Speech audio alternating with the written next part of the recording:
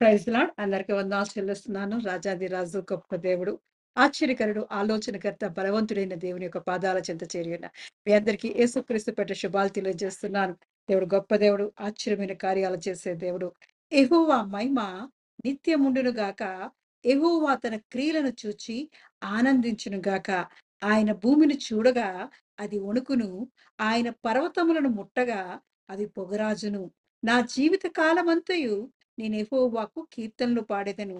నేనున్నంత కాలము నా దేవుణ్ణి కీర్తించెదను. ఆయనను గూర్చిన నా ధ్యానము ఆయనకి ఇంపుగా ఉండును గాక. నేను యెహోవా యందు సంతోషించెదను. పాపులు భూమి మీద నుండి లయమగుదురు గాక. భక్తిహీనులు ఇక ఉండకపోదురు గాక. నా ప్రాణమా యెహోవాను సన్నుతించుము. యెహోవాను స్తుతించుడి. దేవుడు చేసిన గొప్ప కార్యాలను బట్టి, ఆయన యొక్క మేళ్లను బట్టి మనం జీవిత కాలమంతా దేవునికి స్తుతి ఆరాధన చేస్తున్నప్పుడు, యెహోవాకు కీర్తనలు పాడుతున్నప్పుడు, మన జీవిత కాలమంతా దేవుని కీర్తిస్తున్నప్పుడు, ఆయన ఘనపరుస్తున్నప్పుడు, ఆయన్ని సన్నిధిలో మనం ఆనందించే వారిగా ఉంటామంట. యెహోవా మహిమ మన మధ్య నిత్యము ఉండును గాక. ఆయన క్రియలను చూచి మనం ఆనందించే వారిగా, ఆయన మనం చేసే స్తుతి ఆరాధన ఆయన ఆనందించేవాడిగా, మనం అటువంటి ఆరాధన చేసేవారిగా ఉంటూ ఉండాలి. దేవుని యందు సంతోషిస్తున్నప్పుడు దేవుడు మనల్ని చూచి సంతోషించే దేవుడు. కాబట్టి ఆయన స్తుతిస్తూ, ఆరాధిస్తూ ఆయన సన్నిధిలోకి అడుగు పెడదాం. రాజాది రజానికి వందనాలు చెల్లిస్తున్నాను. మహిమా స్వరూపుడానికి వందనాలు చెల్లిస్తున్నాను. శూన్యం నుండి సమస్తము కలుగ చేసిన వాడానికి వందనాలు చెల్లిస్తున్నాను. పరమదాసిన గొప్ప దేవానికి వందనాలు చెల్లిస్తూ, దేవా అయ్యా ఇదిగో సాయంకాల సమయమందు దేవా నిన్ను స్తుతించుటకు, గణపరచుటకు దేవా మాకిచ్చిన చక్కని తరుణాన్ని బట్టి వందనాలు చెల్లిస్తున్నాను. అయ్యా ఎంత మంచి దేవుడో దేవా. అయ్యా ఇదిగో తండ్రి నీ కృపలో, నీ దయలో దేవా నిన్ను జ్ఞాపకం చేసుకుంటకు, నిన్ను ధ్యానించుటకు దేవా, నిన్ను కీర్తించుటకు దేవా మాకిచ్చిన చక్కని తరుణాన్ని దేవా సద్వినియోగం చేసుకునే వారిగా దేవా మా ఆత్మలను దేవా నీ చేతికి అప్పగిస్తున్నామయ్యా. అయ్యా ఇదిగో ఆత్మతో సత్యముతో ఆరాధించే హృదయాలు మాకు దయచేయమడుచున్నాను. పరిశుద్ధాత్మతో మమ్మల్ని నింపి బలపరచడుచున్నానయ్యా. దేవాది దేవా నువ్వు మాకు తోడుగా ఉండబడుచున్నాను. అయ్యా ఇదిగో తండ్రి షాలేము రాజానికి మాకు తోడుగా ఉండబడుచున్నాను. మహోన్నతుడానికి మాకు తోడుగా ఉండబడుచున్నానయ్యా. అయ్యా ఇదిగో తండ్రి నీ చాటున దేవా మమ్మల్ని దాచుకోమడుచున్నానయ్యా. సర్వశక్తిమంతుడా నీకే వందనాలు చెల్లిస్తూ దేవా మా జీవితాల్లో చేసిన దేవా నీ ఆశ్చర్యమైన క్రియలను బట్టి దేవా అయ్యా నీ సన్నిధిలో మేము ధ్యానించే వారిగా దేవా, నేను స్తుతించే వారిగా దేవా, నేను ఆనందించే వారిగా దేవా మమ్మల్ని నీ కొరకు ఏర్పాటు చేసుకోవచ్చున్నానయ్యా. అయ్యా మా జీవితాల్లో చేసిన నీ గొప్ప కార్యాలు బట్టి దేవా నేను కీర్తిస్తుండగా దేవా, నీలో ఆనందించి సంతోషిస్తుండగా దేవా మా యందు నువ్వు ఆనందించబడుచున్నానయ్యా, నువ్వు మా యందు సంతోషించబడుచున్నానయ్యా. అయ్యా నీకు సంతోషం ఇచ్చే వారిగా, నిన్ను గణపరిచే వారిగా, నిన్ను కీర్తించే వారిగా దేవా మా హృదయాలని సన్నిధిలో కట్టుకోవచ్చున్నానయ్యా. బలవంతుడానికి కొందాలు చెల్లిస్తున్నానయ్యా. చేరవచ్చిన ప్రతి బిడ్డను జ్ఞాపకం చేసుకోవచ్చున్నాను. అయ్యా మా సంఘాన్ని దీవించండి, ఆశించండి, విశాలపరచబడొచ్చున్నానయ్యా. నీవు మాకు తోడుగా ఉండి దేవా ఆది నుండి అంతం వరకు నువ్వు ఉండి నడిపించబడొచ్చున్నానయ్యా. ఆరాధనకు పాత్రుడానికి కొందనాలు చెల్లిస్తున్నాను. మా స్తుతి ఆరాధన దేవా నీ సన్నిధికి దేవా అయ్యా సాయంకాలపు నైవేద్యం వలె దేవా నీ సన్నిధి చేర్చుకోమని అడుగుచు దేవా. అయ్యా ఇగో ఆత్మతో సత్యముతో ఆరాధించే కృప మాకు దయచేసి దేవా నీ పరిశుద్ధాత్మతో మమ్మల్ని నింపి బలపరచమని యేసుక్రీస్తు యొక్క పరిశుద్ధ నామంలో అడిగి పొందుకొని ఉన్నాను నా పరమ తండ్రి. ఆమేన్.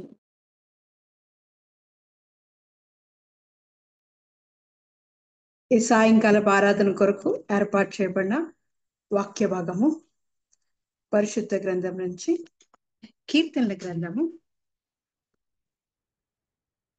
62వ అధ్యాయము 8వ వచనం. కీర్తనల గ్రంథం 62వ అధ్యాయం 8వ వచనం భారతి సిస్టర్ చదువుతారు. స్తోత్రం స్తోత్రం స్తోత్రం ప్రభువా తండ్రి. కీర్తనల గ్రంథం 62వ అధ్యాయం 8వ వచనం. జనులారా ఎల్లప్పుడూ ఆయన యందు నమ్మిక ఉంచుడి, ఆయన సన్నిధిని మీ హృదయములు కుమ్మరించుడి. దేవుడు మనకు ఆశ్రయము. ప్రభు ఈ పరిశుద్ధ వాక్యమును దీవించి ఆశీర్వదించి మనకు అందించును గాక. ఆమేన్. Trust in him at all times, O people, pour out your hearts to him, for God is our refuge. हे लोगों, हर समय उस पर भरोसा रखो, उसे अपने अपने मन की बातें खोल कर कहो। परमेश्वर हमारा शरण स्थान है। आमेन। పరిశుద్ధ వాక్యాన్ని దీవించి ఆశీర్వదించిన గాక. ఆమేన్. ఆమేన్.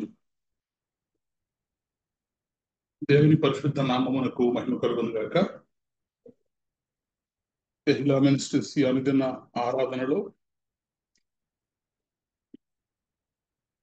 ఏర్పాటు చేయబడినటువంటి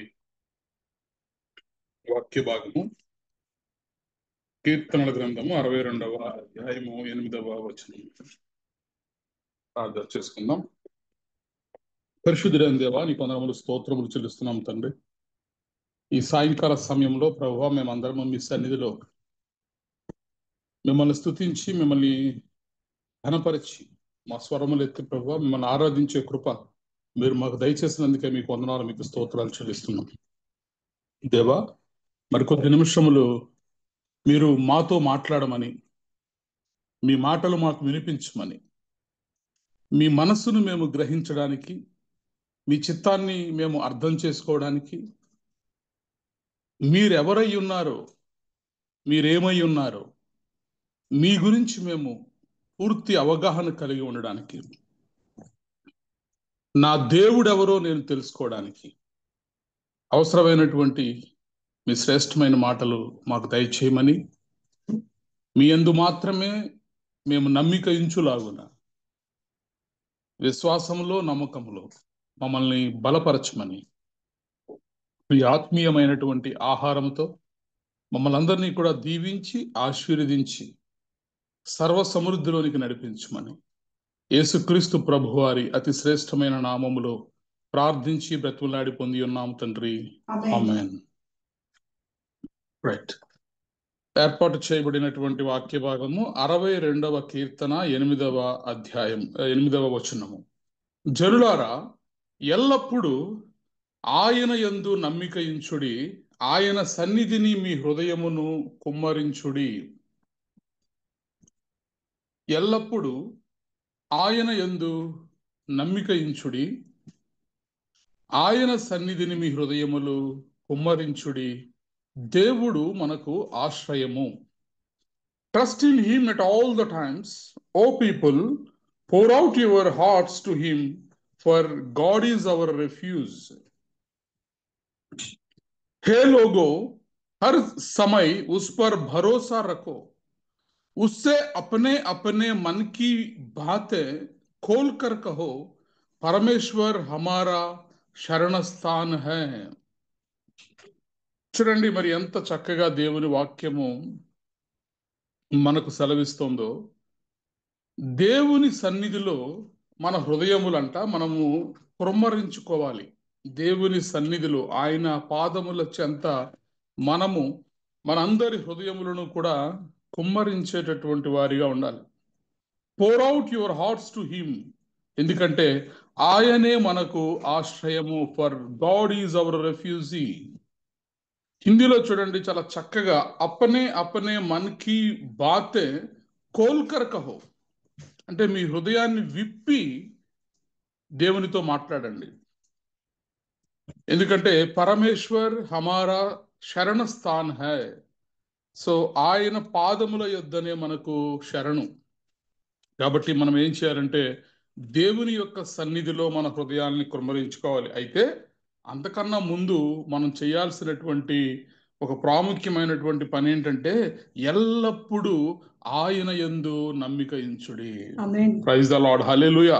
ఎల్లప్పుడూ కూడా ఆయన యందు నమ్మిక ఉంచాలి. ఆయన నిన్న నేడు నిరంతరము మారని దేవుడై ఉన్నాడు. కాబట్టి మనం కూడా మన విశ్వాసంలో మార్పు ఉండకూడదు, మన నమ్మకంలో మార్పు ఉండకూడదు. ఎందుకంటే మనం నమ్ముకున్న దేవుడు, మనము ఆరాధించేటటువంటి దేవుడు మారని దేవుడు, మార్పు లేని దేవుడు. హల్లెలూయా. కాబట్టి ఆయనలో మార్పు లేదు. ఆయన నిరంతరము ఏకరీతిగా ఉండేటటువంటి దేవుడు. కాబట్టి మనము ఆరాధించేటటువంటి దేవుణ్ణి ప్రతిరోజు కూడా ఎల్లప్పుడూ కూడా ఆయన యందు మనము నమ్మిక ఉంచాలి. ఇంకా చెప్పాలంటే ఆయన యందు మాత్రమే మన నమ్మిక అనేది ఉంచాలి. నిన్నటి దినాన మనం ధ్యానం చేశాం. అంజూరపు చెట్లు పూయకుండినను, ద్రాక్ష చెట్లు ఫలింపకపోయినను, వలివ చెట్లు కాపు లేక ఉండినను, చేనిలోని పైరు పంటకు రాకపోయినను, గొర్రెలు దొడ్డిలో లేకపోయినను, సాలలో పశువులు లేకపోయినను, నేను యెహోవా యందు ఆనందించెదను. నా రక్షణకర్త అయిన నా దేవుని యందు నేను సంతోషించెదను. ప్రభువగు యెహోవాయే నాకు బలము. కాబట్టి ఈరోజు నీ బలం ఏమై ఉంది, నీ నీ ధైర్యం ఏమై ఉంది, నీ శక్తి ఏమై ఉంది అనేది చాలా ప్రాముఖ్యమైనది. కాబట్టి దేవుని వాక్యము మనతో మాట్లాడుతుంది. మనము ఎల్లప్పుడూ కూడా ఆయన యందు నమ్మిక ఉంచేటటువంటి వారిగా ఉండాలి. ఈ మాట ఎందుకు చెప్తున్నారంటే, దేవుని యొక్క కార్యములను తమ కళ్ళారా చూసిన వారు, దేవుని యొక్క స్వరమును తమ చెవులారా విన్నటువంటి వారు, దేవుని యొక్క ప్రశంసను తాము అనుభవించినటువంటి వారు. అనగా పగలు మేఘస్తంభముగా ఒక మేఘము ముందు వెళుతూ ఉంటే, వారి మీద వెళుతూ ఉంటే, ఆ క్రింద లక్షలాది మంది ఇజ్రాయేలీలు నడుచుకుంటూ వెళ్ళారు. ఎందుకంటే వారికి ఎండ దెబ్బ తగలకుండా ఉండడం కొరకు దేవుడు ఒక మేఘము వలె వారి మీద ఉండి వారిని నడిపించాడు. సో ఇప్పుడు ఈ మేఘము యొక్క నీడను వారు అనుభవించారా లేదా అంటే అనుభవించారు. మరి భయంకరమైనటువంటి అరణ్యాల్లో వారు వెళుతూ తాపకరమైనటువంటి విష సర్పాలు తిరిగేటటువంటి ఆ అరణ్యాల్లో మరి వారు వెళుతున్నప్పుడు ఏ జంతువు కూడా, ఏ క్రూర మృగము కూడా వారి దగ్గరికి రాకుండా, అలాగే ఆ చలిలో వారు, పిల్లలు, వృద్ధులు ఎవరు కూడా ఇబ్బంది పడకుండా, వారికి వెట్ట కలగడానికి, వెలుగు కలగడానికి రాత్రిపూట అగ్ని స్తంభం అలా ముందు నడుస్తూ ఉంటే వీరు ఆ స్తంభాన్ని అనుసరించారు. సమూహము ముందు దేవుని యొక్క దూత నడుస్తూ ఉంటే ఇజ్రాయేలీలు ఆ దూతను వెంబడించారు. కాబట్టి అనేకమైనటువంటి అద్భుతాలు వారు కళ్ళారా చూశారు, చెవులారా విన్నారు, వారు అనుభవించారు, దేవుని స్వరాన్ని వారు విన్నారు. అయినప్పటికీ కూడా ఒకరోజు నమ్మిక ఉంచేవారు, ఒకరోజు యెహోవా ఎవరనేవారు, ఒకరోజు దేవుడి మీద నమ్మకం పెట్టుకునేవాళ్ళు, ఒకరోజు దేవుడు మాకేమీ ఇవ్వలేదనేవాళ్ళు. అందుకే కీర్తనాకారుడి మాట చెప్తున్నాడు, జనులారా ఎల్లప్పుడూ ఆయన యందు నమ్మిక ఉంచుడి. మధ్యలో ఎందుకు అపనమ్మకంలోకి వెళుతున్నారు, ఎందుకు అవిశ్వాసంలోనికి వెళుతున్నారు, ఎందుకు దేవుని మీద ఉన్నటువంటి నమ్మకంలోంచి మీరు తప్పిపోతున్నారు? ఆయన సన్నిధిని మీ హృదయాలు కుమ్మరించుకోండి. ఆయనే మనకు ఆశ్రయం. अपने मन की बात खोल कर कहो, పరమేశ్వర్ హమారా శరణస్థాన్ హై. ఆయన తప్ప మనకు వేరొక ఆశ్రయము లేదు. యెహోవాయే నిత్య ఆశ్రయ దుర్గము, యుగయుగములు యెహోవాను నమ్ముకొనుడి. కాబట్టి ఈరోజు మనము దేవుని మీద మన విశ్వాసం రోజు రోజుకి పెరుగుతోందా, తరుగుతోందా?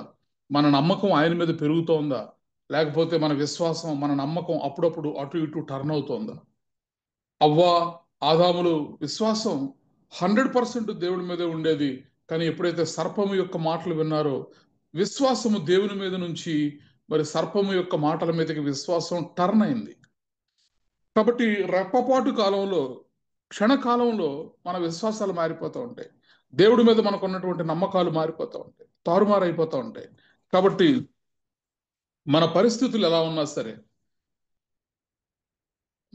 మన చుట్టూ ఉన్నటువంటి పరిస్థితులు మనకి అనుకూలంగా ఉన్నా, అననుకూలంగా ఉన్నా, ఇప్పుడు చదివాం కదా, చెట్లు మరి పూత పూసినను పూయకుండినను, ద్రాక్ష చెట్లు ఫలించినను ఫలింపకపోయినను, ఒలీవ చెట్లు కాపు కాసినను కాపు లేకుండా ఉన్నను, చేనిలోని పైరు చేతికి అంది వచ్చినను రాకుండా నశించిపోయినను, అలాగే గొర్రెలు దొడ్డిలో ఉన్నను ఒకవేళ లేకపోయినను, శాలలో పశువులు ఉన్నను లేకపోయినను, నాది యెహోవా యందు, నా రక్షణకర్త అయిన నా దేవుని యందు నేను సంతోషించదును. కాబట్టి మనం ఎప్పుడు కూడా దేవుని మీద మాత్రమే మన విశ్వాసం అంతా పెట్టుకోవాలి, ఏది జరిగినా, ఎలాంటి పరిస్థితులు వచ్చినా. చూడండి, బైబిల్ గ్రంథం నుంచి ఒక వృత్తాంతాన్ని మనం చూసినప్పుడు సంఖ్యాకాండము 14వ అధ్యాయం, సంఖ్యాకాండము 14వ అధ్యాయాన్ని మనం చూస్తే,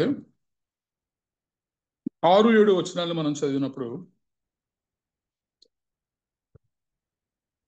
అప్పుడు దేశమును సంచరించి చూచిన వారిలో ఉండిన నూను కుమారుడగు యెహోషువయు ఎపునే కుమారుడగు కాలేబును బట్టలు చింపుకొని ఇజ్రాయేలుల సర్వ సమాజముతో మేము సంచరించి చూచిన దేశము మిక్కిలి మంచి దేశము.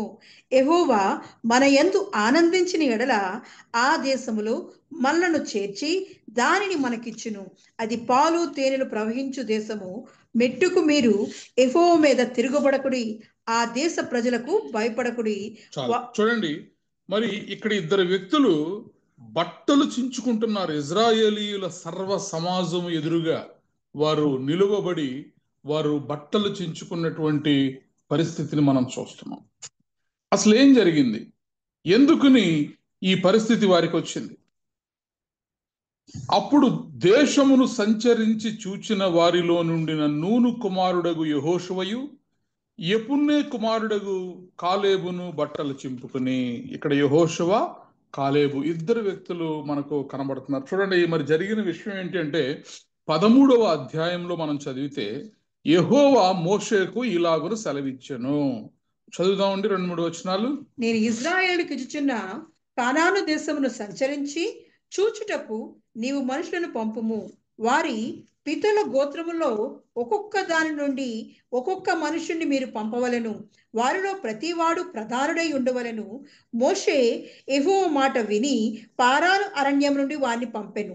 వారందరూ చాలు చూడండి, ఇక్కడ తండ్రి అయిన దేవుడు ఏ వాగ్దాన దేశం అయితే వీరికి ఇవ్వాలని ఆశపడి ఏ దేశంలోనికి వీరిని నడిపించాలని మరి వీరిని పిలుచుకున్నాడో, ఐగుప్తు దేశంలో నుండి వీరిని విడిపించాడో,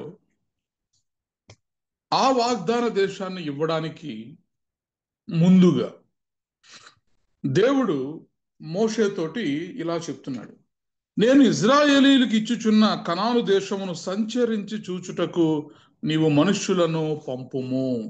చూడండి, ఇజ్రాయేలీలకి ఇస్తానని చెప్పినటువంటి ఆ కనాను దేశము పాలు తేనెలు ప్రవహించేటటువంటి దేశం, చాలా శ్రేష్టమైనటువంటి దేశం. దేవుడు ఇజ్రాయేలీలను ఎలా భావించాడు అంటే, తన జ్యేష్ఠ కుమారుడి వలె ఇజ్రాయేలీలను దేవుడు భావిస్తాడు. దేవుని యొక్క జ్యేష్ఠ సంతానము ఇజ్రాయేలు ప్రజలు. కాబట్టి తన జ్యేష్ఠ సంతానమును విడిచిపెట్టమని ఫరోతో చెప్తాడు దేవుడు. నువ్వు నా జ్యేష్ఠ సంతానమైన ఇజ్రాయేలీలను విడిచిపెట్టని ఎడల నీ జ్యేష్ఠ సంతానమును నేను బ్రతకనివ్వను అంటాడు. ఇజ్రాయేల్లో మరి ఐగుప్తులో ఉన్నటువంటి ఆ ఫరో ఆ దేశంలో ఉన్నటువంటి జ్యేష్ఠ సంతానాన్ని అంతటినీ కూడా దేవుడు చంపివేస్తాడు. దేనికోసం అంటే తన జ్యేష్ఠ సంతానము ఆ దేశము నుంచి బయటకు రావడం కోరం. కాబట్టి ఆలోచించండి, తల్లిదండ్రులు పిల్లలకి ఇచ్చేటప్పుడు అందున జ్యేష్ఠ సంతానము పెద్దవారికి ఇచ్చేటప్పుడు శ్రేష్టమైన దాన్ని ఇస్తారా, మంచి దాన్ని ఇస్తారా, లేకపోతే చెడ్డదాన్ని ఇస్తారా? దేవుడు వీరందరికీ కూడా ఐగుప్తులో నుంచి తీసుకొచ్చే సమయంలోనే అక్కడి నుంచి బయటకు రావడానికి ముందే నేను మీకు ఇచ్చు దేశము ఎలాంటి దేశం అంటే పాలు తేనెలు ప్రవహించేటటువంటి దేశం, చాలా శ్రేష్టమైనటువంటి దేశం. ఆ దేశంలోనికి నేను మిమ్మల్ని నడిపిస్తానని చెప్పి వాగ్దానం చేసి ఇప్పుడు ఆశ కొద్దీ దేవుడు ఏంటంటే ఆశపడ్డాడు, వీరికి ఇవ్వబోతున్న దేశాన్ని ఒకసారి శాంపుల్గా వీళ్ళకి చూపిద్దాం కొంతమందికి అని. ఇప్పుడు చూడండి, మనం ఎక్కడికన్నా కాశ్మీర్ వెళ్ళాలనుకున్నాం, ఊటీ వెళ్ళాలనుకున్నాం, మనం ఒక ట్రిప్ ప్లాన్ చేసుకున్నాం. వచ్చే వారంలోనో వచ్చే నెలలోనో మనం అక్కడికి వెళ్ళాలనుకుంటున్నప్పుడు మనం ముందు ఏం చేస్తాం, ఆ ప్రాంతానికి సంబంధించి ఉన్నవన్నీ కూడా యూట్యూబ్లో ఉంటే వీడియోస్ ఇవన్నీ కూడా చూస్తాం. ఆ ప్రాంతం ఎలా ఉంది, ఎంత అందంగా ఉంది, అక్కడ చూడాల్సిన ప్లేస్లు ఏంటి, అక్కడ తినాల్సినటువంటి ఆహారం ఏంటి, అక్కడి ప్రాంతం ఎలా ఉంది అనే దాన్ని మనం ముందుగా చూసుకుని అవసరమైతే నోట్ చేసుకుని అక్కడికి వెళ్ళినప్పుడు అవన్నీ కూడా ఒక్కటి కూడా విడిచిపెట్టకుండా మనం చూడడానికి ఆసక్తి చూపిస్తాం. ఇప్పుడు దేవుడు మోషేతో చెప్పింది కూడా పర్పస్ అదే. మీరు వెళ్ళి ఆ దేశాన్ని ఒకసారి సంచరించి చూసిరండి. దేవుడు ఏమనుకున్నాడంటే, వీరందరూ కూడా ఒక్కొక్క గోత్రం నుంచి ఒక్కొక్కరు ఆ దేశానికి వెళ్ళి చూసొచ్చి దేవుణ్ణి మహింపరుస్తారు. బా, ఎంత అద్భుతమైనటువంటి దేశాన్ని మనకి ఇస్తున్నాడంటే దేవుడు, నిజంగా ఐగుప్తు దేశంలో నుంచి దేవుడు మనల్ని తీసుకొచ్చింది వ్యర్థంగా పోలేదు. అద్భుతమైనటువంటి ఈ ఈ దేశాన్ని దేవుడు మన కోసం సిద్ధపరిచాడు. ఎంతైనా మన దేవుడు నమ్మదగినవాడు. దేవుడు ఈ రకమైనటువంటి స్పందనను వారి నుంచి ఆశించాడు. కానీ ఇక్కడ జరిగింది విచిత్రంగా, మరి దేవునినే ఆశ్చర్యపరిచేలాంటి స్పందన వీరు ఇక్కడ ఇస్తున్నారు. చూడండి, మరి ఈ 12 మంది ఒక్కొక్క గోత్రం నుంచి ఒక్కొక్కరు వెళ్ళి 40 దినములు ఈ కనాను దేశమును వారు చూచి అక్కడ ఉన్నటువంటి పరిస్థితులు అన్నిటినీ కూడా మరి తెలుసుకొని మరలా ఇక్కడికి వచ్చి చెబుతున్నారు. మనము 23వ వచనాన్ని చదివితే 13వ అధ్యాయంలో, వారు ఎష్కోలు లోయలోనికి వచ్చి అక్కడ ఒక గెలగల ద్రాక్ష చెట్టు యొక్క కొమ్మను కోసి దండితో ఇద్దరు మూసిరి. మరియు వారు కొన్ని దానిమ్మ పండ్లను కొన్ని అంజూరపు పండ్లను తెచ్చిరి. చూడండి, 23వ వచనంలో మనం చదువుతున్నాం, ఎవరైతే ఆ దేశాన్ని వేగు చూడడానికి వెళ్ళారో ఆ వేగు చూసేవారు అక్కడి నుంచి కొన్ని పండ్లు కూడా తీసుకొస్తున్నారు. అంటే దేవుడు మనకు వాగ్దానము చేసిన రీతిగా ఈ దేశంలో ఉన్నటువంటి మరి పండ్లు ఎలా ఉంటాయి, పాలు తేనెలు ప్రవహించే దేశం అని దేవుడు పదే పదే చెప్పాడు. కాబట్టి నిజముగా ఆ దేశపు మరి ఆహారం ఎలా ఉందో, ఎందుకంటే ఇదంతా కూడా మోషే ముందుగా చెప్పి పంపిస్తాడు. దానిలో నివసించు జనము బలము గలదో బలము లేనిదో, కొంచెమైనదో విస్తారమైనదో, వారు నివసించు భూమి ఎట్టిదో అది మంచిదో చెడ్డదో, వారు నివసించు పట్టణములు ఎట్టివో, వారు గుడారముల్లో నివసిస్తారో కోటల్లో నివసిస్తారో, ఆ భూమి సారమైనదో నిస్సారమైనదో, దానిలో చెట్లున్నవో లేవో, ఇవన్నీ కూడా మీరు కనిపెట్టాలి. ఆ దేశపు పండ్లలో నుంచి కొన్నిటిని మీరు తీసుకుని రండని చెప్పారు. వీరు వెళ్ళినటువంటి ఆ సమయము ద్రాక్ష పండ్ల యొక్క ప్రథమ పక్వ కాలం. ఆ ప్రథమ పక్వ కాలమందు ఈ 12 గోత్రముల వారు కనాను దేశమునకు వెళ్ళి 40 దినములు ఆ దేశాన్ని సంచరించి చూచి తిరిగి వచ్చి మళ్ళా కాదేశులో ఉన్నటువంటి అరణ్యంలో ఉన్నటువంటి మోషే అహరోనుల యొద్దకును ఇజ్రాయేలీయుల సర్వ సమాజము వద్దకు కూడా వారు వస్తారు.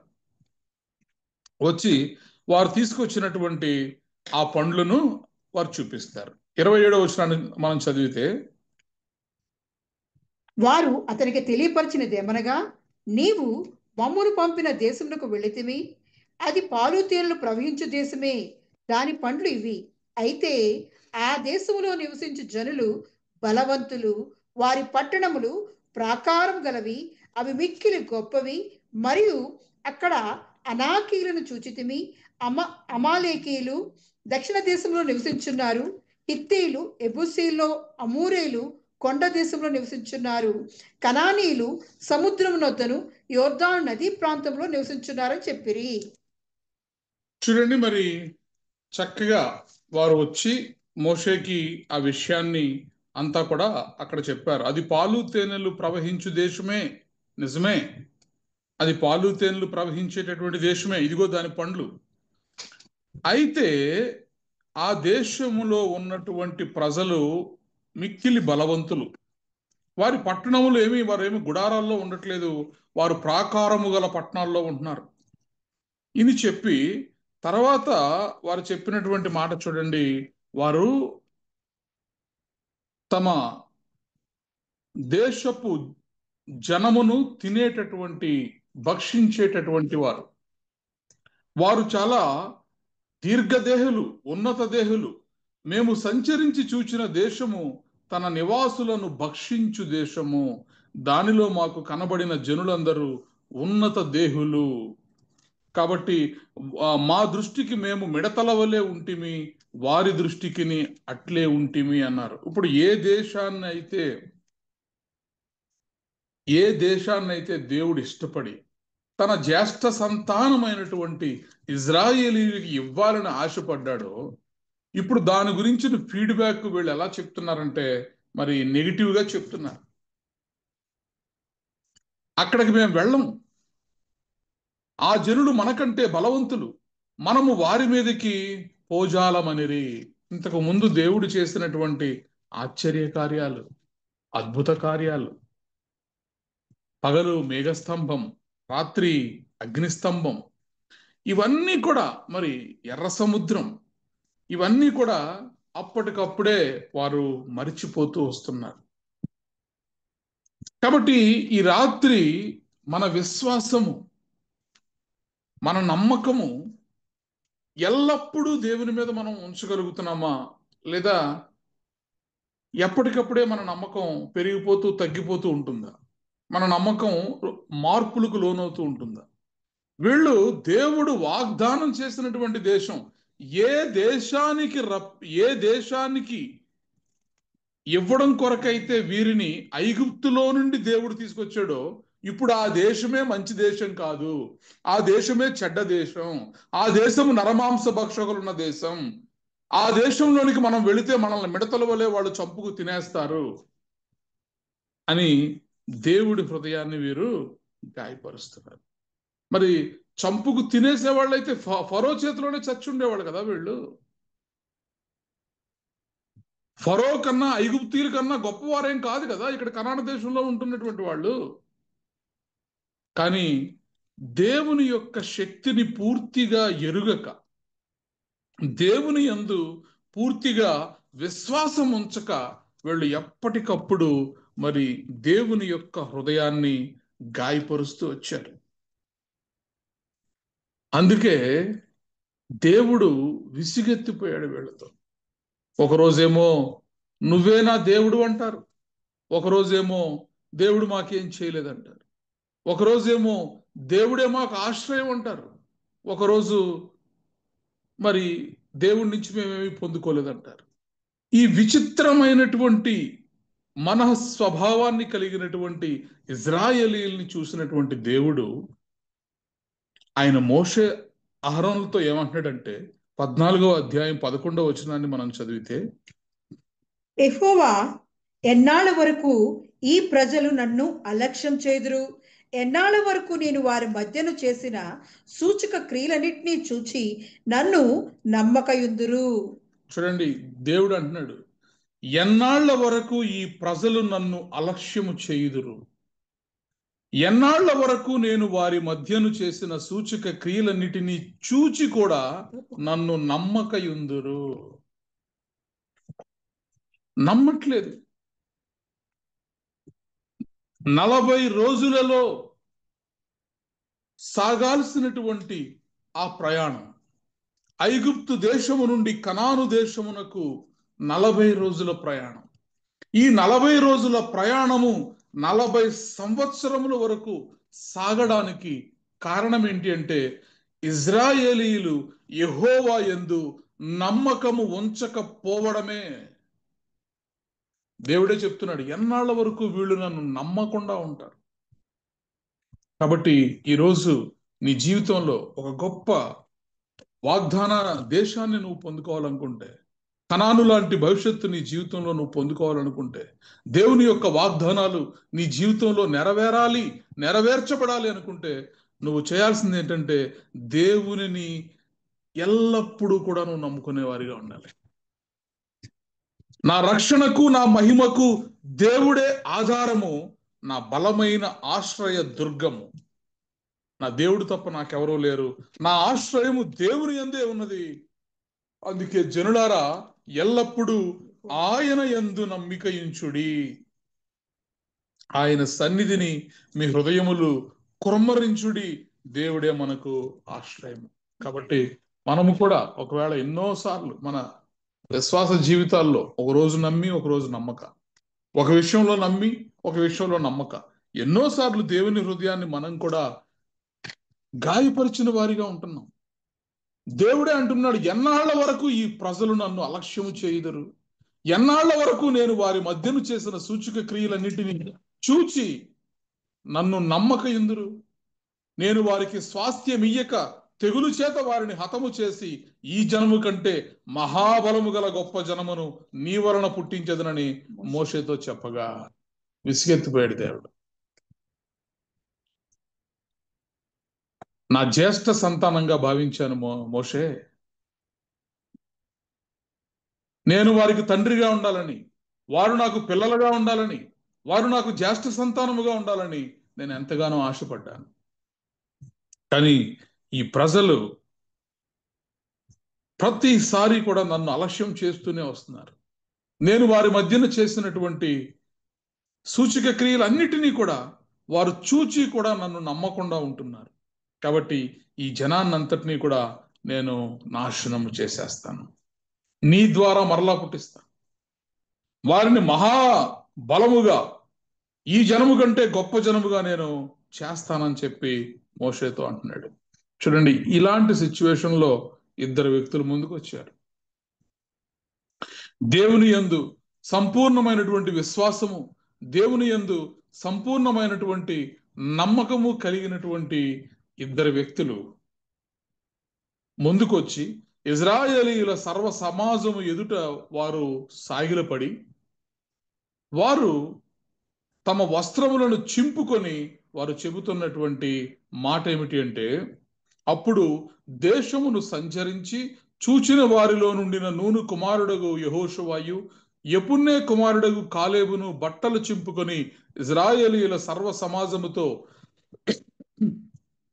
మేము సంచరించి చూచిన దేశము మిక్కిలి మంచి దేశము, యెహోవా మన యందు ఆనందించిన ఎడల ఆ దేశములో మనలను చేర్చి దానిని మనకిచ్చును. అది పాలు తేనెలు ప్రవహించు దేశము. మెట్టుకు మీరు యెహోవా మీద తిరగబడుకుడి, ఆ దేశ ప్రజలకు భయపడుకుడి. వారు మనకు ఆహారమగుదురు, వారి నీడ వారి మీద నుండి తొలగిపోయిను. యెహోవా మనకు తోడై ఉన్నాడు, వారికి భయపడకుడి అనేది. మీరు భయపడకండి. మీరు ఎందుకు భయపడుతున్నారు? మనల్ని ఇజ్రాయేల్ ఐగుప్తులో నుండి తీసుకొచ్చినటువంటి యెహోవా మనకు తోడుగా ఉంటాడు. ఆయన మనకిస్తున్నటువంటి దేశము పాలు తేనెలు ప్రవహించేటటువంటి దేశము. అది మిక్కిలి మంచి దేశం. అది చాలా మంచి దేశం. అది నిజముగానే పాలు తేనెలు ప్రవహించే దేశము. మీరు యెహోవా మీద తిరగబడకండి. మీరు అక్కడ ఉన్న వారికి చూసి భయపడకండి. యెహోవా మనకు తోడుగా ఉంటాడు. మీరు ఎవరిని చూసి అయితే భయపడుతున్నారో ఆ జనము మనకు ఆహారం అవుతారు అని ఎంతో సంపూర్ణమైనటువంటి విశ్వాసం, సంపూర్ణమైనటువంటి నమ్మకం. వారు చూచిన దాన్ని, వారు విన్నదాన్ని, ఆ 40 రోజుల్లో ఆ దేశంలో వారు కన్నదానిని వచ్చి ఇజ్రాయేలీల సర్వ సమాజం ఎదుట వీరు ప్రకటిస్తుంటే, ఇప్పుడు ఈ జనం అంటున్నారు, ఇజ్రాయేలీలు వీరిద్దరే 12 మంది వెళితే 10 మంది ఆ దేశం మంచిది కాదని చెప్తున్నారు. ఈ ఇద్దరు వచ్చేమంటున్నారంటే, ఆ దేశం మంచిదే, యెహోవా మనకు తోడుగా ఉంటాడు, కాబట్టి పర్వాలేదు, మనం అక్కడికి వెళ్దాం అంటున్నారు. కాబట్టి ఇప్పుడు ఈ 10 మంది మాట వినాలా, ఇద్దరు మాట వినాలా? దేవుడు అనేవాడు లేడు అసలు. దేవుడి మీద నమ్మకం పక్కన పెట్టండి. మేము పంపించిన వాళ్ళే గొప్పోళ్ళు. ఇప్పుడు 12 గోత్రాల నుంచి 12 మందిని పంపించాం కాబట్టి ఈ ఈ ఈ వెళ్ళిన వాళ్ళందరూ ఏం చెప్తే అదే మాకు శాసనం. మరి దేవుడు చెప్పిన మాట, దేవుడిచ్చిన వాగ్దానం, దేవుడు ఇంతవరకు తీసుకొచ్చింది, దేవుడు చేసిన సూచక్రియలు, దేవుడు చేసిన అద్భుతాలు అవన్నీ గాలికి. ఈ 10 మంది ఇది మంచి దేశము కాదు అని చెప్పారు. కాబట్టి ఇప్పుడు ఏం చేయాలంటే వీళ్ళిద్దరిని కూడా రాళ్లతో కొట్టి చంపేద్దాం. ఎవరిని? ఎవరైతే యెహోవా యందు సంపూర్ణమైనటువంటి విశ్వాసం ఉంచి, నమ్మకం ఉంచి, మన దేవుడు మంచి దేవుడు, ఆయన మనకి ఇచ్చిన దేశము మిక్కిలి మంచి దేశము, అది నిజముగా పాలు తేనెలు ప్రవహించే దేశము, ఆ దేశ ప్రజలను చూసి మీరు భయపడకండి, దేవుడు మనకు తోడుగా ఉంటాడని చెప్పిన వారిని రాళ్లతో కొట్టి చంపేయాలని వీరు నిర్ణయించుకుంటారు. అంటే వారు దేవుని యందు నమ్మకం ఉంచలేదు, నమ్మకం ఉంచిన వారినేమో చంపేయాలి. మనం కూడా ఈరోజు ఇలాంటి పరిస్థితుల్లోనే వెళుతూ ఉన్నాం. నిజమైన దేవుడు ఎవరో లోకానికి తెలియదు. నిజమైన దేవుణ్ణి ఆశ్రయించిన వారిని కొట్టాలి, చంపాలి, హింసించాలి, బాధలు పెట్టాలి. ఆ రోజు వేల సంవత్సరాలకు మునుపు ఇజ్రాయేలీలలో ఏ పరిస్థితి అయితే ఉందో ఈరోజు మనకు కూడా అదే పరిస్థితి ఉంది. దేవుని ఆశ్రయించిన పాపానికి, దేవుని యందు విశ్వాసం ఉంచిన పాపానికి, దేవుని యందు నమ్మకం ఉంచిన పాపానికి ఏం చేస్తున్నారంటే వారిని హింసిస్తున్నారు, కొడుతున్నారు, చంపుతున్నారు. మరి అలాంటప్పుడు తన యందు విశ్వాసం ఉంచిన వారిని, తన యందు నమ్మకం ఉంచిన వారిని, తనకు మొరపెట్టే వారిని శత్రువులు హింసిస్తూ ఉంటే దేవుడు చూస్తూ ఊరుకుంటాడా? దేవుడేం పట్టించుకోకుండా వదిలేస్తాడా? చూడండి, కీర్తనల గ్రంథము 18వ అధ్యాయం 2వ వచనంలో ఈ మాట రాయబడి ఉంటుంది. యెహోవా నా శైలము, నా కోట, నన్ను రక్షించువాడు, నా కేడము, నా రక్షణ శృంగము, నా ఉన్నత దుర్గము, నా దేవుడు, నేను ఆశ్రయించి ఉన్న నా దుర్గము. ప్రైజ్ ద లార్డ్, హల్లెలూయా. అలాగే మనము దేవునికి మొరపెట్టినప్పుడు 3వ వచనంలో మనం చూస్తే, కీర్తనీయుడైన యెహోవాకు నేను మొరపెట్టగా ఆయన నా శత్రువుల చేతిలో నుండి నన్ను రక్షించును. ఆయనను నమ్ముకున్న వారిని ఎన్నడూ ఎక్కడా కూడా విడిచిపెట్టలేదు, ఒక్క ఆయన కుమారుని తప్ప. అది కూడా నువ్వు నేను మనందరి పాపముల నిమిత్తమై ఆయన తన ఒక్కగానొక్క కుమారుణ్ణి శిలువకు అప్పగించాడు. ఆ విషయంలో దేవుడు, తన సొంత కుమారుడి విషయంలో దేవుడు చేతులు విడిచిపెట్టాడు. కానీ మనందరి విషయంలో మనం ఎప్పుడు కూడా దేవునికి మొర్రపెట్టగా, కీర్తనీయుడైన యెహోవాకు నేను మొర్రపెట్టగా ఆయన నా శత్రువుల చేతిలో నుండి నన్ను రక్షించాను. ఎప్పుడైతే మరి వీళ్ళంతా కూడా రాళ్లతో కొట్టి చంపేయాలని చూస్తున్నారో అప్పుడు యెహోవా స్వరము మరలా మోషేకి వినిపించింది. ఎన్నాళ్ళ వరకు ఈ ప్రజలు నన్ను అలక్ష్యం చేయుదురు? ఎన్నాళ్ళ వరకు నేను వారి మధ్యను చేసిన సూచక క్రియలన్నిటినీ వారు చూచి కూడా నన్ను నమ్మకయుందురు? కాబట్టి నేను వీరికి ఇస్తానన్న దేశాన్ని ఇంకివ్వను. నేను నీ ద్వారా మహాబలము గల ఇంకొక గొప్ప జనాన్ని నేను పుట్టిస్తాను, వారికి ఇస్తానన్నప్పుడు అప్పుడు చూడండి, మరి మోషే దేవునితో మొరపెడుతున్నాడు. యెహోవాను నీవు ఈ ప్రజల మధ్యనున్నావనియు, యెహోవాను నీవు ముఖాముఖిగా కనబడిన వాడవనియు, నీ మేఘము వారి మీద నిలుచుచున్నదనియు, నీవు పగలు మేఘస్తంభములోను రాత్రి అగ్నిస్తంభములోను వారి ముందర నడుచుచున్నావనియు వారు విని ఉన్నారు కదా. ఎవరు? ఐగుప్తీయులు, అన్యులు నీ గురించి ఇలా అనుకుంటున్నారు కదయ్యా. నీవు దేవుడి మధ్య నిలిచి నడిచేటటువంటి, నువ్వు ప్రజల మధ్య నిలిచి నీవు వారి మధ్యన నడిచేటటువంటి దేవుడు అని అన్యులు అనుకుంటున్నారు కదా. ముఖాముఖిగా నీవు మాట్లాడేటటువంటి దేవుడు అని, కనపడేటటువంటి దేవుడు అని, పగలు మేఘస్తంభముగా రాత్రి అగ్నిస్తంభముగా వారి ముందర నడుచుచున్న దేవుడు అని అన్యులు అనుకుంటున్నారు. ఇప్పుడు నువ్వు వీరిని చంపిన ఎడల నీ కీర్తిని గురించి విన్న జనములు ఏమనుకుంటారు అని చెప్పి మరి వారందరినీ కూడా క్షమించమన్నప్పుడు దేవుడు 20వ వచనంలో 14వ అధ్యాయం 20వ వచనంలో, యెహోవా నీ మాట చొప్పున నేను క్షమించి ఉన్నాను. అయితే నా జీవము తోడు భూమి అంతయు యెహోవా మహిమతో నిండుకొని ఉండును. నేను ఐగుప్తులోను అరణ్యములను చేసిన సూచక క్రియలను నా మహిమను చూచిన ఈ మనుషులందరూ ఈ 10 మారులు నా మాట వినక నన్ను పరిశోధించిరి. తర్వాత చదువు.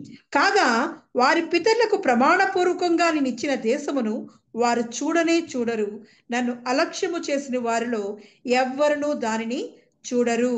నా సేవకుడైన కాలేబు మంచి మనసు కలిగి పూర్ణ మనసుతో నన్ను అనుసరించిన హేతువు చేత అతడు పోయిన దేశములో అతన్ని ప్రవేశపెట్టెదను. చూడండి, కొన్నిసార్లు దేవుని యందు మనము నమ్మకము ఉంచకపోవడం వలన లేదా సగం నమ్మకం మాత్రమే ఉంచడం వలన, అపనమ్మకాన్ని మనము కలిగి ఉండడం వలన ఏదైతే దేవుడు మనకు వాగ్దానం చేశాడో ఆ వాగ్దానములను, ఆ ఆశీర్వాదములను, ఆ ఐశ్వర్యమును మనము పొందుకోలేకపోతాం. ఇక్కడ దేవుడు చెప్పేశాడు స్పష్టంగా, సరే వీళ్ళని చంపివేయవద్దు, వీళ్ళని ప్రాణాలతో మిగల్చమని నువ్వు అడుగుతున్నావు కాబట్టి మోషే, నీ మాట చొప్పున నేను వారిని క్షమించాను. అయితే నా జీవము తోడు భూమి అంతయు యెహోవా మహిమతో నిండుకొని ఉండును. ఆమేన్. ఈ భూమండలం అంతా కూడా నా మహిమతో నిండుకొని ఉండును. నేను ఐగుప్తులోను అరణ్యములోను చేసిన సూచక క్రియలను, నా మహిమను చూచిన ఈ మనుషులందరూ వారి పితరులకు ప్రమాణపూర్వకముగా నేను ఇచ్చిన దేశమును వారు చూడనే చూడరు. నన్ను అలక్ష్యము చేసిన వారిలో ఎవ్వరునూ దానిని చూడరు. ఈరోజు ఎన్నో సంవత్సరాలుగా దేవుడిని నమ్ముకుంటూ మాకు ఆశీర్వాదాలు రావట్లేదండి, మేము దేవుడు ఇది ఇస్తాడు అనుకున్నాం, అది ఇస్తాడు అనుకున్నాం, కానీ మా జీవితంలో ఇది జరగట్లేదు, మా ప్రార్థనలు సమాధానం పొందుకోలేకపోతున్నాం మా ప్రార్థనల కంటే, దానికి కారణము దేవుడు ఇవ్వలేని వాడు కాదు కానీ మన అపనమ్మకము. ఇజ్రాయేలీలు ఎలా అయితే ఎంత కాలము, ఎన్నాళ్ళ వరకు ఈ ప్రజలు నన్ను నమ్మకయుందురు? దేవుడు అడుగుతున్నాడు, నన్ను నమ్మండి అంటున్నాడు దేవుడు. నీ నుంచి నా నుంచి కోరుకునేది ఏంటంటే సంపూర్ణముగా మీరు దేవుని యందు విశ్వాసం ఉంచండి, నమ్మండి, ఎల్లప్పుడూ ఆయన యందు నమ్మిక ఉంచండి అని దేవుడు మన నుంచి కోరుకునేది ఏంటంటే మనము ప్రతి దినము కూడా ఆయన యందు నమ్మిక ఉంచాలని, ఆయనను మాత్రమే మనము విశ్వసించాలని దేవుడు మన నుంచి కోరుకుంటున్నాడు. నీ పూర్ణ హృదయముతో యెహోవా యందు నీవు నమ్మకం ఉంచమంటున్నాడు. ఆమేన్. ఆ నమ్మకము ఉంచలేని హేతువును బట్టి వీరెవ్వరూ కూడా ఆ వాగ్దాన దేశంలోనికి ప్రవేశించరని చెప్పి, ఇద్దరు వ్యక్తులు ఎవరైతే మరి దేవుని యొక్క వాగ్దాన దేశముని గురించి మంచిగా ప్రకటించారో వారికి మాత్రమే దేవుడు ఆ వాగ్దాన దేశాన్ని అనుగ్రహించాడు. 30వ వచనాన్ని చదివి మనం ముగించుకుందాం. అప్పుడు మోషేయు ఇజ్రాయేలుల పెద్దలను 30వ వచనం 14వ అధ్యాయం. యెఫునే కుమారుడైన కాలేబును నూను కుమారుడైన యెహోషువయు తప్ప మిమ్మును నివసింపజేయుదునని నేను ప్రమాణం చేసిన దేశమందు మీలో ఎవ్వరును ప్రవేశింపరు, అయితే ఇది నిత్యము. ఎస్, యెఫునే కుమారుడైన కాలేబును నూను కుమారుడైన యెహోషువయు తప్ప మిమ్మును నివసింప చేయుదునని నేను ప్రమాణము చేసిన దేశమందు మీలో ఎవ్వరును ప్రవేశింపరు, ఇది నిశ్చయము. చూడండి, ఇద్దరు మాత్రమే ఎవరైతే యెహోవా యందు నమ్మిక ఉంచారో, ఎవరైతే దేవుని యొక్క వాగ్దాన దేశమందు, దేవుని యొక్క వాగ్దానమునందు నమ్మిక ఉంచి ఇది మిక్కిలి మంచి దేశము, యెహోవా మనకు తోడుగా ఉంటాడు, ఆ ప్రజలు మనకు ఆహారం అవుతారు, నిజముగా ఇది పాలు తేనెలు ప్రవహించు దేశమని దేవుని యొక్క మాటలను బట్టి, వారు చూచిన దాన్ని బట్టి విశ్వాసం ఉంచి నమ్మి దేవుని అంగీకరించారో వారికి మాత్రమే దేవుడు ఆ పాలు తేనెలు ప్రవహించేటటువంటి ఆ దేశంలోనికి అడుగు పెడతారు. ఈ తరము వారందరూ నా క్రియలు చూచి కూడా వారు నమ్మలేదు. వారి మధ్యన నేను చేసిన సూచక క్రియలన్నిటినీ చూచి కూడా వారు నమ్మకై ఉన్నారు కాబట్టి ఈ తరము వారందరూ కూడా ఆ దేశములోనికి వెళ్ళరు. వీరు ఇక్కడే అరణ్యంలో రాలిపోతారు. కాబట్టి ఈరోజు దేవుని వాగ్దానాలను మనం పొందుకోవాలి. తండ్రి అయిన దేవుడు మనల్ని జ్యేష్ఠ సంతానముగా ఎంచుకున్నాడు. ఇజ్రాయేలీలు జ్యేష్ఠ సంతానముగా భావించి వారికి ఇచ్చినటువంటి ఆ వాగ్దాన దేశమును కూడా వారు ఎన్నో రకాలుగా అది చెడ్డదని చెప్పి, ఈ మంచిదని చెప్పిన వారిని రాళ్లతో కొట్టాలని మరి చూసినప్పుడు దేవుని యొక్క శాపం వారి మీదకి వచ్చింది. అయితే ఎవరైతే దేవుని యందు నమ్మకాన్ని ఉంచారో వారు మాత్రము ఆ దేశాన్ని స్వతంత్రించుకోగలిగారు. కాబట్టి ఈరోజు ఒకవేళ ఏదైనా మన జీవితాల్లో మనం పొందుకోలేకపోతూ ఉంటే అది దేవుడు మనకి అనుగ్రహించలేక కాదు, కానీ ఎక్కడో దేవుని మీద మనకు ఉన్నటువంటి అపనమ్మకం. ఇది జరుగుద్దా, దేవుడు చేస్తాడా, ఇది మంచిదేనా, ఇది చెడ్డదేనా అని అసలు దేవుడే ప్రకటించిన తర్వాత ఈ దేశాన్ని ఇవ్వడం గురించే కదా ఆ దేశం నుంచి తీసుకొచ్చింది. ఇప్పుడు ఈ దేశం చెడ్డదని చెప్తే దేవుడు ఏమైనట్టు? ఒక్కొక్కసారి మన జీవితాల్లో కూడా దేవుడు మనకి ఇస్తానని మనకి చూపిస్తున్నటువంటి మంచి మంచి ఈవులను మనము నచ్చలేదని, ఈ వ్యక్తిని వివాహం చేసుకోమంటే ఆ వ్యక్తి బాలేదనో నచ్చలేదనో, అలాగే అనేక విషయాల్లో దేవుడు మనకి పదే పదే కొన్ని విషయాలను చెప్తున్నప్పుడు ఇది బాగోలేదు, అది నచ్చలేదు, ఇది మంచిది కాదు, అది చెడ్డది అని దేవుడు మనకు చేసిన వాగ్దానములను, దేవుడు మనకి ఇవ్వాలనుకుంటున్నటువంటి ఆశీర్వాదములను మన అపనమ్మకము వలన మనము పోగొట్టుకుంటున్నాం. కాబట్టి ఈ రాత్రి దేవుని సన్నిధిలో మనం మొరపెడదాం, ప్రార్థన చేద్దాం. దేవా, నీవు మా ఎడల చూపినటువంటి నీ ప్రేమను, మా మా మా మధ్యలో నీవు చేసినటువంటి సూచక క్రియలను, నీ గొప్ప కార్యములను చూచేటటువంటి కన్నులు మాకు దయచేయండి.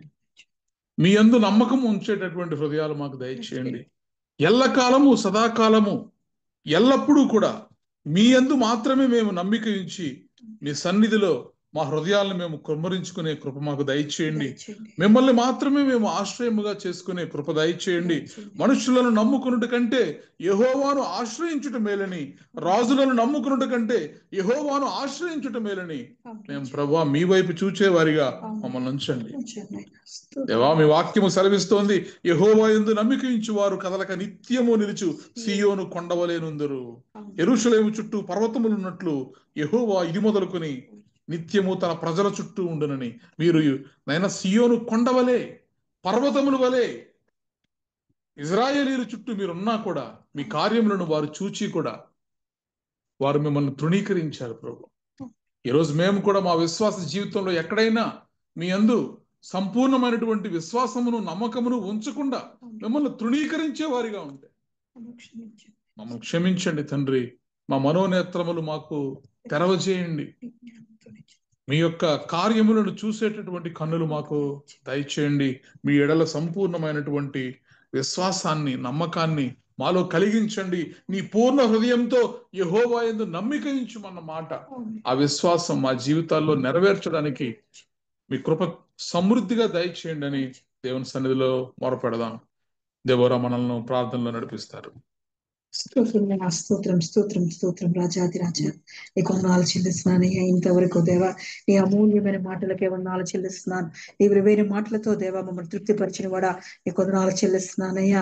అయ్యా, ఇంత మంచి దేవుడో దేవా, అయ్యా ఇదిగో నిండు మనసుతో దేవా, పూర్ణ మనసుతో, పూర్ణ బలముతో దేవా నీ మీద ఆనుకున్న కాలేబును దేవా నువ్వు దీవించి ఆశ్రయించి దేవా నిన్ను నమ్ముకున్నందుకల్లా దేవా ఇదిగో మంచి దేశంలోకి ప్రవేశపెట్టడానికి దేవా ఆ బిడ్డకి ఇచ్చిన కృపను బట్టి వందనాలు చెల్లిస్తున్నానయ్యా. అవునయ్యా, మా చుట్టూ ఉన్న వాళ్ళు దేవా మేము చూచిన కార్యాలను బట్టి దేవా అయ్యా ఇదిగో తండ్రి మమ్మల్ని వ్యతిరేకిస్తున్నా, తృణీకరిస్తున్నా, మా విశ్వాసంలో పడదోస్తున్నా దేవా అయ్యా నీ వైపు చూసేవారిగా నీ వైపు మమ్మల్ని నడిపించొచ్చున్నానయ్యా. నీ వైపు మా కనుదృష్టి ఉండేవారిగా దేవా మా విశ్వాసం ఎదగడానికి కృప చూపించొచ్చున్నానయ్యా. నువ్వు ఇస్తా అన్న దేవా శ్రేష్టమైన దేశంలో, ఆ మంచి దేశంలో దేవా ప్రవేశపెట్టడానికి దేవా ఇదిగో తండ్రి 12 మందిని పంపిస్తే దేవా అయ్యా ఇదిగో తండ్రి 2 మాత్రమే దేవా నీ వైపు దేవా నిన్ను నమ్ముకొని దేవా నువ్వు చేసిన కార్యాన్ని బట్టి వారు స్తుతిస్తూ ఆరాధిస్తూ యెహోవా యందు ఆనందించినట్లయితే ఇదిగో దేవుడు మనకు మంచి దేశం ఇస్తాడని నీ కొరకు సాక్ష్యం పలుకుతుండగా దేవా అయ్యా ఇదిగో మిగతా 10 మంది దేవా అయ్యా నిన్ను తృణీకరించి నువ్వు చేసిన కార్యాలను బట్టి దేవా వారు విశ్వాసం ఉంచు కానీ ఎందు నమ్మిక ఉంచకుండా దేవా అయ్యా ఇదిగో తండ్రి నీ మీద తిరగబడినప్పుడు దేవా అయ్యా ఇదిగో నీ కోపాన్ని బట్టి దేవా ఆ దేశంలోకి, ఆ మంచి దేవుడు నువ్వు ఇచ్చిన వాగ్దానంలోకి ప్రవేశింపకుండా దేవా అయ్యా ఇదిగో తండ్రి వారు తృణీకరింపబడినారయ్యా.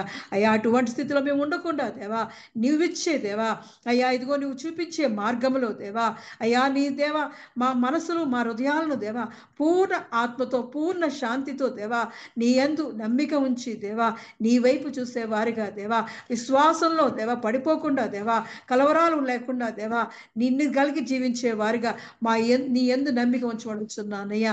అయ్యా మా పూర్ణ హృదయముతో నీ యందు నమ్మిక ఉంచుకొని దేవా మా సబుదిని ఆధారం చేసుకునకుండా దేవా మా ప్రవర్తన అంతటి యందు దేవా నీకు అధికారములకు అప్పచెప్పి దేవా నువ్వు చూపిన మార్గంలో నడిచేవారుగా మమ్మల్ని నీ కొరకు ఏర్పాటు చేసుకోవచ్చున్నానయ్యా. మహోన్నతడానికి వందనాలు చెల్లిస్తున్నానయ్యా. అదే అయ్యా ఇదిగో తండ్రి కాలేబు వలే దేవా ఇదిగో యెహోషువ వలే దేవా నీ కొరకు నిలబడేవారుగా దేవా అటువంటి విశ్వాసాన్ని దాయిచ్చేయమడుచున్నాను, నమ్మకాన్ని దాయిచ్చేయమడుచున్నాను. నీ యందు ఆనందించేవారుగా దేవా మమ్మల్ని ఇదిగో తండ్రి నీ కొరకు ఏర్పాటు చేసుకోవచ్చున్నానయ్యా. ఇదిగో తండ్రి దేవా మమ్మల్ని బట్టి దేవా నువ్వు సంతోషించేవారుగా దేవా మా జీవితాలను దేవా నీ కొరకు ఏర్పాటు చేసుకోవచ్చున్నాను. నువ్వు ఇచ్చే శ్రేష్టమైన వాగ్దానాలు పొందుకునేవారుగా దేవా ఇదిగో మా పరిస్థితులన్నీ చక్కబరిచే దేవుడు మాకుండగా భయం ఎందుకు అనే దేవా ధైర్యముతో దేవా నీ మీద పూర్ణ బలముతో పూర్ణ ఆత్మతో ఇదిగో నీవే మాకు బలము, మా కేడము, మా దుర్గమై ఉన్నామని దేవా నిన్ను ఆశ్రయించేవారిగా మమ్మల్ని కొరకు ఏర్పాటు చేయమడుచున్నానయ్యా. రాజా ఇదిగో మా జీవితాలన్నీ దేవా నీ భద్రమైన బలమైన దేవ కౌగిట్లో దాచుకోమడుచున్నాను. రాజా వచ్చిన ప్రతి బిడ్డను జ్ఞాపకం చేసుకుని ప్రతి బిడ్డను దీవించి ఆశించి నీ విశ్వాసంలో బలపరచబడుచున్నాను అయ్యా. ప్రతి ఒక్కరి అవసరతలను తీర్చబడుచున్నాను, ఆర్థిక ఇబ్బందులను తీర్చబడుచున్నాను, మంచి ఆరోగ్యాలు ప్రతి ఒక్కరికి దాయిచ్చేయబడుచున్నాను అయ్యా. ఇదిగో వారి పరిస్థితులను దేవను చూస్తున్నవాడా ఇదిగో ప్రతి ఒక్క బిడ్డను దేవా చదువుకుంటున్న వారి ఉద్యోగాల కొరకు దేవా ఇదిగో వివాహాల కొరకు దేవా ఇదిగో మంచి ఇళ్ల కోసం దేవా ఎదురు చూస్తున్న ప్రతి బిడ్డను దేవా నీ వాగ్దానాలతో వారిని తృప్తిపరిచి దేవా నీ శ్రేష్టమైన వాగ్దానాలతో దేవా నీ శ్రేష్టమైన ఫలాలతో దేవా వారిని దీవించి ఆశించబడుచున్నాను. నీ యందు పూర్తి నమ్మకం విశ్వాసం వారికి అనుగ్రహించి దేవా వారు పొందుకునే స్థానంలో ఉంచమని అడుగుచున్నానయ్యా. ఇదిగో మా దేశంలో దేవా శాంతి సమాధానం పెట్టబడుచున్నాను, మంచి పరిపాలన దాయిచ్చేయబడుచున్నాను ఇదిగో తండ్రి దేవా యెరూషలేము క్షేమం దాయిచ్చేయబడుచున్నాను. ప్రతి బిడ్డను దీవించి ఆశించి అభివృద్ధి పరిచి నీ తోడు నీ ప్రసన్నత నీ సన్నిధి మాకు అనుగ్రహించమని యేసుక్రీస్తు పరిశుద్ధ నామంలో అడిగి పొందుకుని ఉన్నాను నా పరమ తండ్రి, ఆమేన్. పరలోక ప్రార్థన చేసుకుందాం. పరలోక ముందున్న మా తండ్రి, మీ నామం పరిశుద్ధపరచబడును గాక, మీ రాజ్యం వచ్చును గాక, మీ చిత్తం పరలోక ముందు నెరవేరినట్లు భూమి మీద నెరవేరును గాక. మాకు కావాల్సిన ఆహారం మా దయచేయం, మరణస్తులు క్షమించిన ప్రకారం మనం క్షమించము, మా శోధనలో తెక కీడును తప్పించము. ఎందుకంటే రాజ్యము బలము మహిమ నిరంతరం నీవున్నావు తండ్రి, ఆమేన్. ఆమేన్. ఇప్పుడు మన పరమ తండ్రి అయిన దేవుని ప్రేమయు కుమారుడైన యేసుక్రీస్తు కృపయు పరిశుద్ధాత్మ యొక్క నిత్య అన్యోన్య సహవాసము సదాకాలము మనకు ప్రార్థన చేయబడిన అంశములకు ఈ ఆరాధనలో పాల్గొన్న ప్రతి కుటుంబమునకు తెహిలా సంఘమునకు నూతన సంవత్సరపు వాగ్దానములకు విత్తబడినటువంటి వాక్యమునకు భారతదేశం యొక్క క్షేమమునకు యెరూషలేము యొక్క క్షేమమునకు సదాకాలము తోడేండి నడిపించునుగాక. ఆమేన్. ఆమేన్. ఆశీర్వాదములు తీసుకుందాం. యెహోవా నిన్ను ఆశీర్వదించి నిన్ను కాపాడును గాక. యెహోవా నీకు తన సన్నిధిని ప్రకాశింపజేసి నిన్ను కరుణించును గాక. యెహోవా నీ మీద తన సన్నిధి కాంతి ఉదయింపజేసి నీకు సమాధానము కలుగజేయును గాక. Amen. Amen. Amen. Amen. Praise the Lord. అందరికీ వందనాలు.